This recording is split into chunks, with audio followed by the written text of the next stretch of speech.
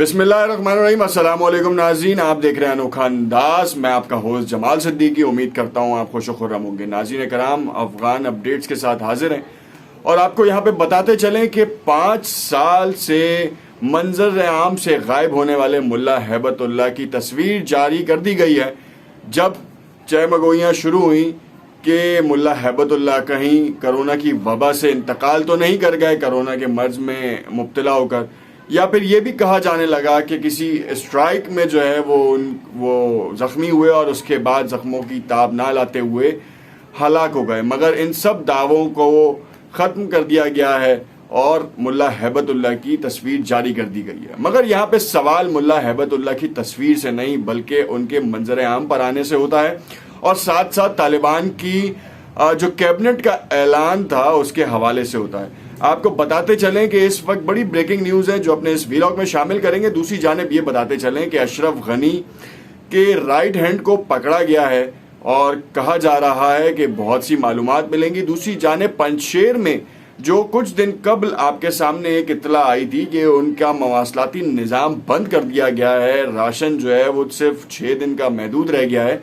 यहाँ पर एक बड़ी ही दिलचस्प सिचुएशन इख्तियार हो चुकी है और उस हवाले से आपको उनके तर्जुमान के का जो बयान आया है वो भी हम आपको बताएंगे। दूसरी जानिब ये भी बताएंगे जो तालिबान के साथ जो मुज़ाकरात हो रहे हैं पंजशेर वालों के, वो इतने ज़्यादा स्लो क्यों हैं, क्यों इतनी सुस्त रवि का शिकार है। एक और जो आपको अपने इस व्लॉग में जिसके बारे में तफसील से बताएंगे कि इस वक्त जो रॉकेट हमले की जिम्मेदारी दौलत इस्लामिया ने कबूल की है वो आखिर किस हद तक है। इसके बाद पहले तालिबान ने अमेरिका के जो रॉकेट जो टारगेटेड अटैक था जिसमें एक फैमिली के 5 अफराद गए थे और उसकी तस्वीर भी आपको शेयर करेंगे उस फैमिली की, और आप खुद देखिएगा और फिर अंदाज़ा कीजिएगा, जिसकी मुखालफत की थी और उसके बारे में कहा था कि हम कंडेम करते हैं यूएस के इस एक्ट की। तालिबान ने कहा था, मगर आज उन्होंने क्या कहा है दाइश के हवाले से कि जिस दिन इनखला मुकम्मल होगा तो उसके बाद दाइश को चुन चुन के मारेंगे। ये है आज की ब्रेकिंग न्यूज़। इस हवाले से आपको तफसील से बताएंगे क्या वाक़यात हैं, कैसे रोनुमा हो रहे हैं और इस वक्त फ्यूचर ऑफ अफगानिस्तान क्या होने जा रहा है। नए आने वाले नाज़रीन से इल्तमास है कि अगर उन्होंने अब तक हमारा चैनल सब्सक्राइब नहीं किया तो उसे ज़रूर सब्सक्राइब कर लें ताकि आने वाली तमाम वीडियोज़ के नोटिफिकेशंस उनको मिलते रहें।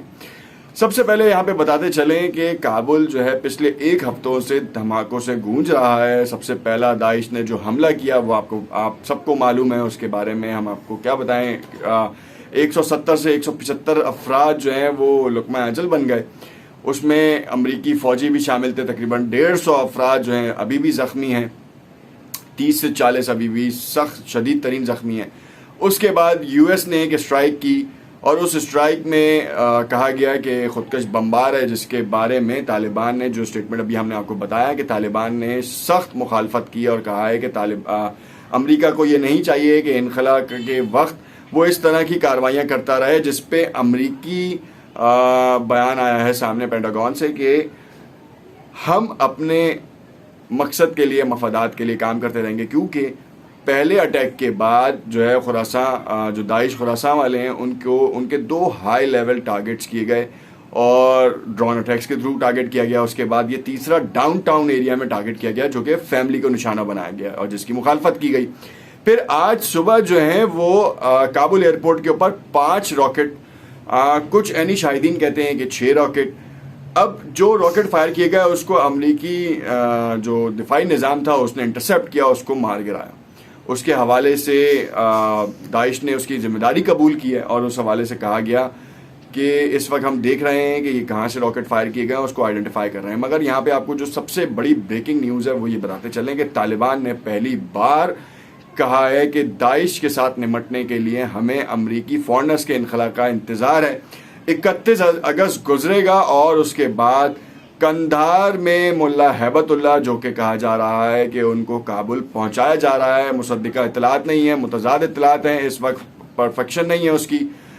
जैसे ही उसके बारे में कंफर्मेशन होगी वो भी हम भी आपको देंगे। मगर इस वक्त जो सबसे बड़ी और अहम मालूमात है वो यही है कि इस वक्त मुल्ला हैबतुल्लाह कंधार में एक मदरसे में जो तस्वीर आपको मंजर आम पर भी दिखाई गई है और हमने आपके साथ शेयर की है, तो यहाँ पर ये बात तो तय, और वहीं से वो उस कैबिनेट का ऐलान करेंगे जो तालिबान को मुत्तहिद करेगा, और वहीं से उनका एक और ऐलान मुतवक्का है जिसके बारे में कहा जा रहा है कि दाइश के ख़िलाफ़ वो जंगी कार्रवाइयाँ करेंगे, और उस जंगी कार्रवाइयों में दाइश को चुन चुन कर मारा जाएगा, नीस्त तो नाबूद किया जाएगा, ताकि अफ़गान शहरी सुख का सांस ले सकें, क्योंकि तालिबान ने मुतादिद इक़दामात कर दिए हैं जिससे अफ़गान अवाम जो है सुख का सांस ले रही है, और साथ में ये देख रही है कि अफ़गान तालिबान जो है वो पुरानी रविश के ऊपर नहीं है। ये है सबसे बड़ी बेहतरीन बात। अब हम आपको यहाँ पे थोड़ी कुछ जमशेद दस्ती का, जो कि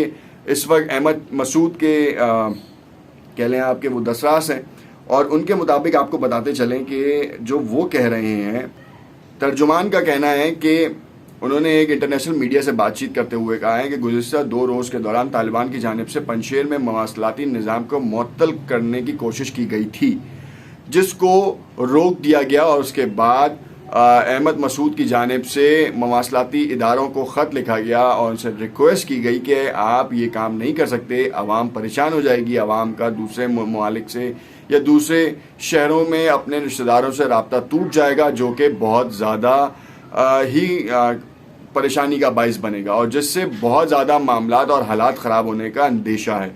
तो ये बात तो यहाँ पर है।